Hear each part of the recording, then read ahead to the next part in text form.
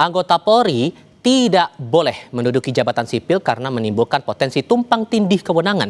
Putusan ini juga bisa jadi langkah baru untuk reformasi di tubuh Polri. Kita akan diskusikan ini bersama dengan para narasumber untuk mendengarkan perspektif dari mereka masing-masing. Di studio Kompas TV sudah bergabung saat ini Hermawan Sulistyo, penasihat ahli Kapolri, kemudian juga bergabung Nasir Jamil, anggota Komisi 3 DPR RI dari fraksi Partai Keadilan Sejahtera. Assalamualaikum semuanya, selamat malam. Ya, salam. Terima kasih sudah hadir di studio Kompas TV. Sementara lewat sambungan dalam jaringan, bergabung bersama kami Aulia Rizal, tim advokasi Koalisi Masyarakat Sipil untuk Reformasi Kepolisian. Bung Paul dengan Tifal di sini, apa kabar, Bung? Sehat, Mas Tifal. Terima kasih sudah bergabung bersama kami. Merespon dari kalangan sipil dulu kalau begitu, Bung Paul. Dengan putusan ini, selega apa Anda sekarang bahwa ada penegasan di situ, anggota polisi aktif tidak boleh menjabat di jabatan sipil? Iya, baik. Ya. Lega adalah kata yang tepat sebetulnya, persis Mas. Jadi kami mengapresiasi putusan dari Mahkamah Konstitusi yang sudah menjalankan fungsi koreksinya sebagai lembaga yudikatif ya, melakukan koreksi gitu dengan sangat baik. Nah, jadi bagi kami ya, baik polisi maupun TNI ya atau tentara itu memang kalau mau menciptakan kepolisian khususnya ya yang profesional, itu memang harus keluar dari fungsi politik dan bisnis. Salah satunya ya tidak menjabat di luar struktur atau fungsi yang sudah ditetapkan secara konstitusional itu di dalam pasal 30 ayat 4 itu ya, untuk menjaga keamanan ketertiban sudah jelas gitu ya, melakukan penegakan hukum gitu, dan tugas-tugas policing lah yang paling penting ya. Jadi tugas-tugas non policing seperti yang sudah diputuskan oleh Mahkamah Konstitusi itu sudah sangat benar, sangat tepat, dan kita harapannya kepolisian kembali kepada kitabnya yang diatur dalam konstitusi. Dalam konteks, sorry saya potong, kalau kemudian dalam konteks profesionalisme yang ada selama ini, karena kan ini polisi yang menjabat di jabatan sipil kan sudah lama hitungannya terjadi. Kalau dalam konteks profesionalisme Anda melihatnya punya catatan sendiri? Iya, jadi catatan kami ya polisi sudah cukup jauh ya terlibat di dalam praktek politik. Jadi tidak hanya di fungsi atau lembaga negara eksekutif, termasuk KPK di dalamnya, tapi juga lembaga-lembaga negara lainnya atau KL seperti ini ya, seperti lembaga legislatif. Kami juga mendapati ada jenderal kepolisian yang juga menjabat di DPD gitu kan, ada juga yang di DPR. Jadi itu sudah sangat jauh melampaui apa yang menjadi cita-cita reformasi supaya menjadi polisi yang profesional begitu. Oke. Saya mau konfirmasi juga ke Bung Nasir kalau begini. Dengan merespon ini Anda kepada wartawan parlemen, saya harus konfirmasi juga disebut Anda menyayangkan putusan ini. Benarkah menyayangkan? Kemana arah menyayangkan itu sebetulnya? Ya tentu saja di legislatif kami menghormati putusan itu ya. Karena MK itu kan penafsir undang-undang terhadap undang-undang dasar. Dan kalau kita lihat itu kan yang dikoreksi itu adalah frasa penjelasan dari pasal 28 ayat 3 Undang-Undang Nomor 2 Tahun 2002 tentang Kepolisian Republik Indonesia. Nah, tapi memang yang saya sayangkan bukan berarti putusannya. Barangkali penjelasan, kemudian logika dan reasoning dari hakim MK tersebut. Dan itu sebabnya kenapa kemudian ada 3 orang. Yang satu alasannya berbeda dan 2 orang lagi pendapatnya berbeda. Ada concurring yang berbeda, kemudian ada pendapat yang berbeda, ya kan? Jadi mereka itu kan menjadi alasan bagi publik untuk masuk ya mengkritisi itu gitu, kecuali barangkali ya semuanya sama. Tapi ada 3 orang alasan berbeda dan 2 pendapat yang berbeda. Sekali lagi itu menjadi pintu masuk bagi siapapun untuk mengkritisi apa yang diputuskan oleh Mahkamah Konstitusi. Nah, banyak orang yang barangkali dalam pandangan kami tidak begitu mengetahui tentang kepolisian ini. Jadi kedudukan kepolisian itu kan di bawah presiden. Karena dia di bawah presiden, maka Kapolri itu menginduk kepada presiden sebagai kepala pemerintahan dan sebagai kepala negara. Jadi dalam konteks pelayanan, perlindungan, ya, kemudian juga mengayomi ya, atau public service, maka Kapolri itu menginduk kepada presiden sebagai kepala pemerintahan. Dalam cabang yudikatif, dia melakukan penegakan hukum. Maka Kapolri sebagai pimpinan di kepolisian menginduk kepada presiden sebagai kepala negara. Nah, 2 hal inilah yang menurut saya dinilai eksesif ya oleh banyak orang dan berpotensi untuk abuse of power. Oleh karena itu fungsi pelayanan. Bung Nasir, sorry, maaf sekali harus saya potong di sini. Mari kita lanjutkan diskusi lagi bersama para narasumber di sini. Sorry sempat terpotong tadi Bang Nasir. Jadi kalau menurut Anda, kalau untuk konteks profesionalisme, karena kan sebetulnya sebelum ada putusan ini pun pasal 28 ayat 3 kan juga memerintahkan kalau mau ada di jabatan sipil, polisi pilihannya dua, mundur atau pensiun. Ya kan ada penjelasannya tadi.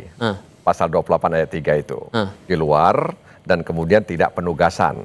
Jadi kalau ditugaskan berarti boleh kan begitu. Dan sebenarnya ada beberapa waktu itu di masa SBY juga polisi-polisi aktif yang menjabat sebagai Direktur Jenderal.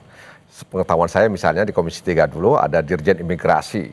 Itu adalah polisi aktif ya, dan terus berlanjut sampai beberapa waktu lalu. Dan memang profesionalisme ini selalu dibentur-benturkan dengan uniform ya, dan latar belakang. Misalnya ketika seorang politisi menjabat menteri di kabinet dianggap tidak profesional, kan begitu. Ketika ada tentara atau polisi ya, yang menjabat jabatan sipil dianggap tidak profesional. Nah makanya memang kata profesional itu sendiri seolah-olah dihadap-hadapkan, dibentur-benturkan.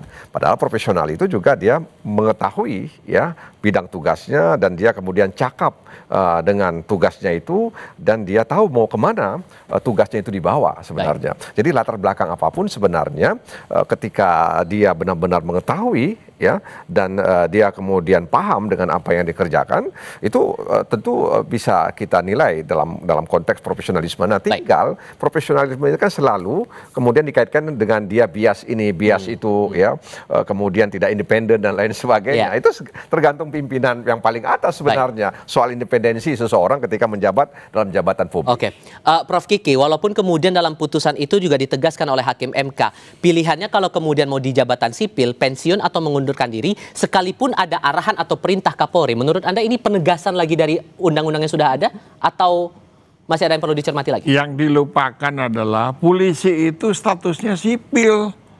Ini orang lupa, polisi itu bukan militer, bukan kombatan. Jadi kalau tidak boleh masuk ke sipil lalu seperti apa? Nah, kalau kita lihat perbandingan ya di negara-negara lain, negara demokrasi yang sudah maju lah gitu. Semua polisi itu kan kalau di Indonesia statusnya ASN, dia tunduk pada hukum sipil. Kalau melanggar diadili dengan KUHP, tidak ada perlakuan khusus. Banyak orang belum tahu atau tidak tahu tentang persoalan ini. Jadi yang harus dilihat adalah sipil itu bukan kombatan, non kombatan. Itu prinsip. Nah, mengapa ini tidak berlaku pada TNI? Karena TNI mendapat privilege bahwa dia tidak tunduk pada hukum sipil, pada hukum militer. Ditangkap naik motor salah lampu merah aja tidak bisa ditangkap, gitu loh. Nah, dan ini tidak diutak-atik. Tapi saya mau kembali pada awal, mengapa bisa dilakukan? Ini aneh untuk saya. Dua orang yang di dalam statusnya itu mahasiswa, tapi gelarnya berderet-deret, gitu. Dari ke NTB, menuntut ke MK. Diladeni karena itu aturan hukumnya adalah hak konstitusional setiap warga negara. Kalau begitu saya punya uang banyak misalnya, saya bayar 1.000 orang mengaku mahasiswa dari seluruh Indonesia untuk menuntut. Dan bagaimana dua orang dengan tuntutan sumir seperti itu bisa membatalkan undang-undang gitu loh. Oke, kalau kemudian ini kan tetap bahwa apapun yang menjadi respons dari publik ini kan sifatnya final and binding, final dan mengikat, jadi semua harus mengikuti aturan itu. Kalau kemudian merujuk dari putusan itu, Prof, kalau menurut Anda apakah responnya dalam bentuk Polri yang menarik anggota polisi yang berada di jabatan sipil itu, atau dari institusinya mengembalikan kesatuan, atau ya kembali lagi itu inisiatif masing-masing pilihannya antara pensiun atau mengundurkan diri? Jawabnya nanti. Kita jeda sebentar. Tetap di Kompas TV.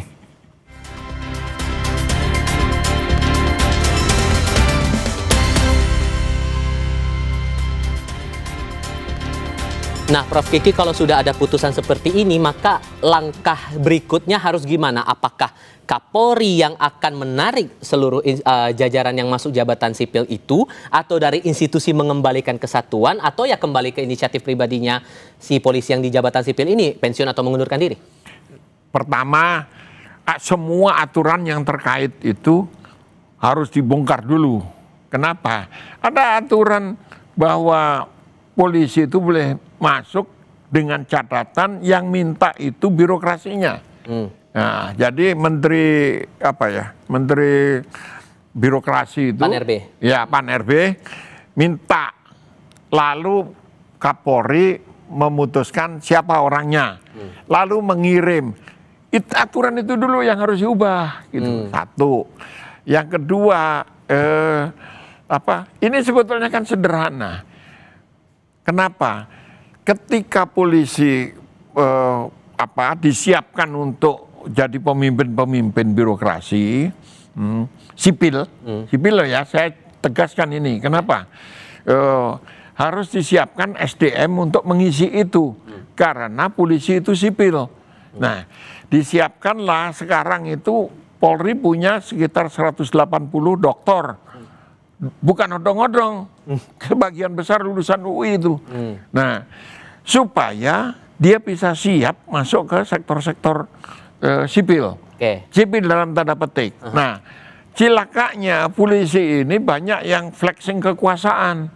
Jadi petentang-petenteng itu teman-temannya atau musuhnya Bang Nasir ini gitu ya, menikmati itu dan menyalahgunakan.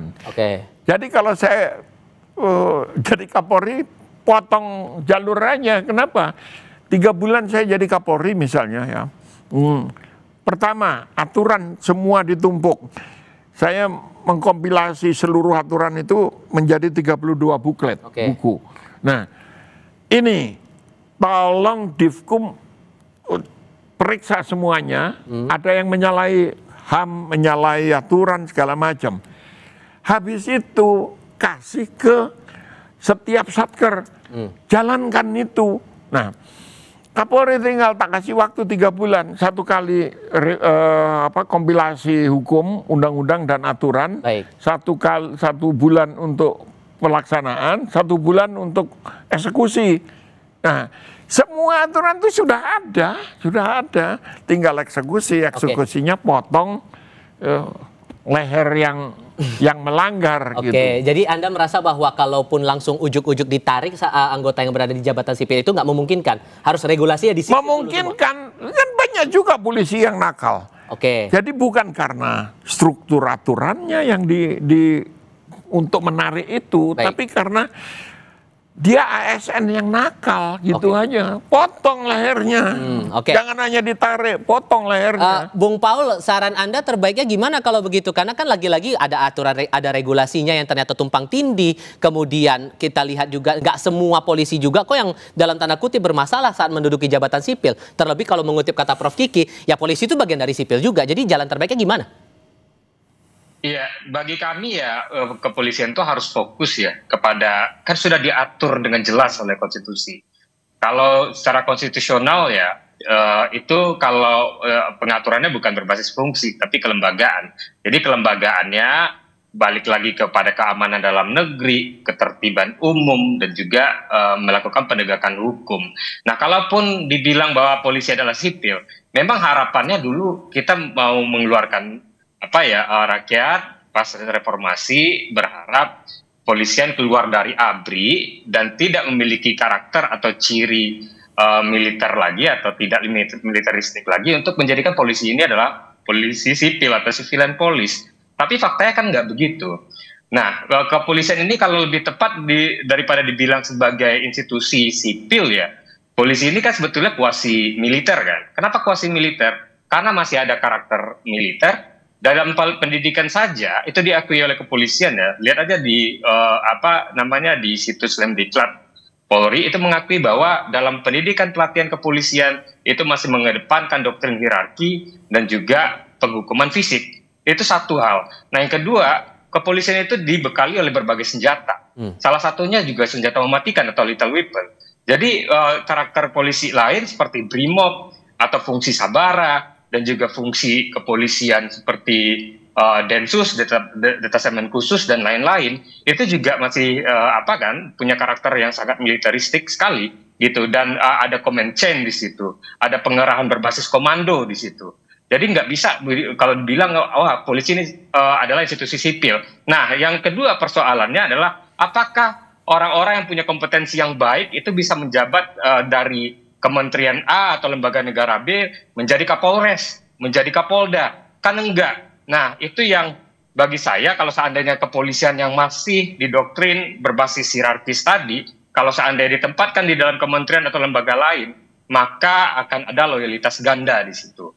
Itu yang penting menjadi catatan, sehingga jangan juga mengganggu meritokrasi yang ada di lembaga negara lainnya. Sehingga sehingga dari opsi yang sempat saya ajukan ke Prof Kiki, pilihannya adalah Kapolri yang jemput bola untuk menarik anggota yang di jabatan sipil itu, atau institusi mengembalikan kesatuan, atau ya pilihan pribadi dari anggota di jabatan sipil itu mundur atau pensiun.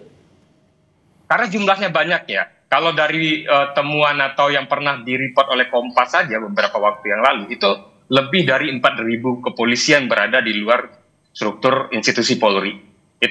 Jadi sebetulnya yang lebih baik kalau seandainya kepolisian mau melakukan reformasi Polri, karena bagi kami di Koalisi Masyarakat Sipil RFP khususnya reformasi Polri khususnya ya, itu kalau kepolisian mau profesional, kepolisian mau refocusing dan mau melakukan reform, ya harus balik lagi. Dan itu memang karena dia masih mengandalkan keputusan Kapolri ya sebelumnya, karena dalam penjelasan pasal 28 ayat 3 begitu. Jadi sebetulnya Kapolri yang secara inisiatif untuk menarik anggotanya, itu baru ada kesadaran sedikit lah dari kepolisian untuk melakukan reform itu sendiri. Bung Nasir, Anda sepakat?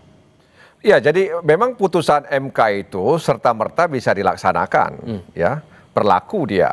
Tapi kan tidak langsung kemudian negara bisa mengimplementasikan itu, ya, karena jumlahnya besar.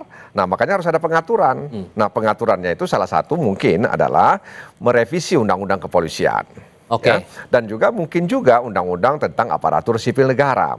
Ya, jadi kata Prof Kiki tadi jelas bahwa sebenarnya dalam undang-undang kepolisian definisi daripada anggota kepolisian Republik Indonesia itu adalah pegawai negeri sipil.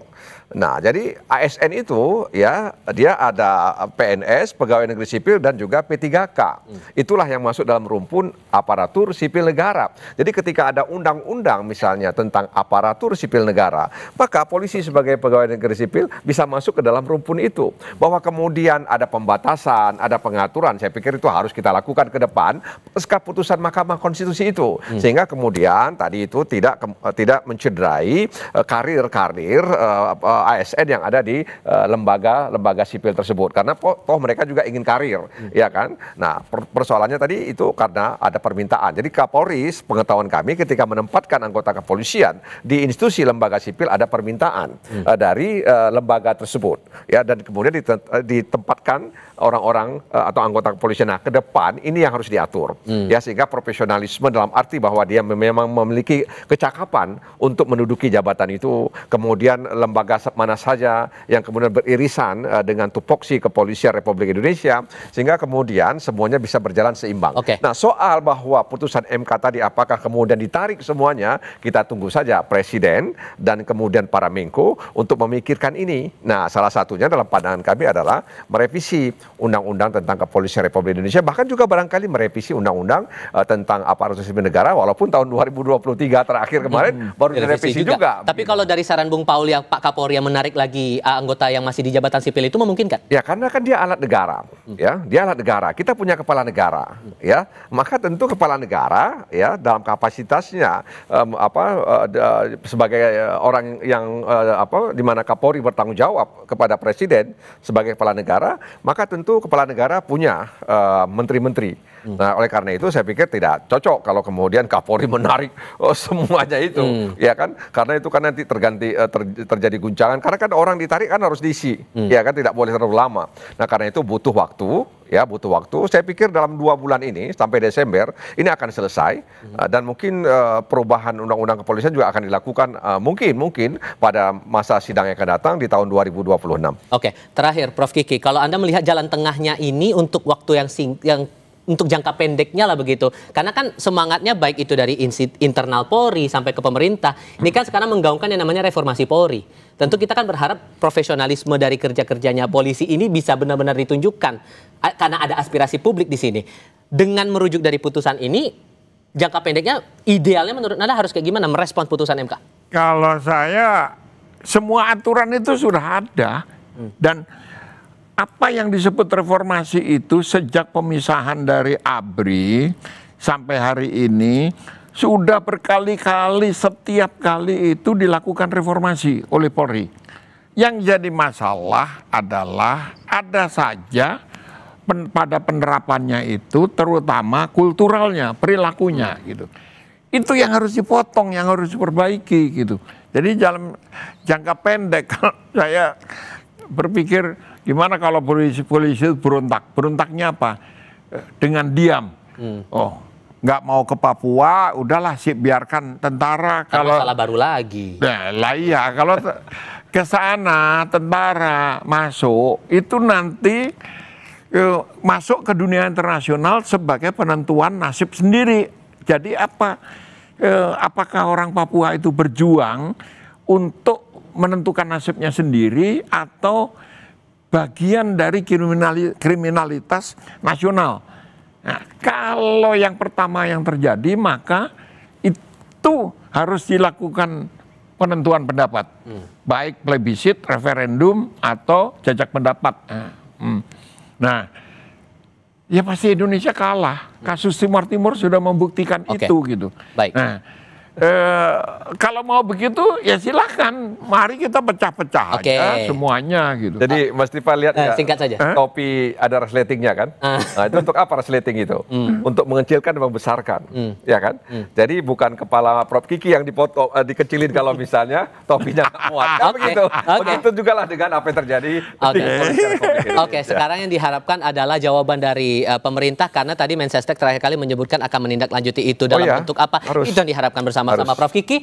Pak Nasir, terima kasih sudah datang ke studio. Bung Paul, terima kasih juga sudah bergabung lewat sambungan dalam jaringan berdiskusi bersama kami. Sehat selalu semuanya. Terima kasih Bung Paul. Sehat selalu. Iya, oke. Terima kasih semuanya. Dan nanti akan ada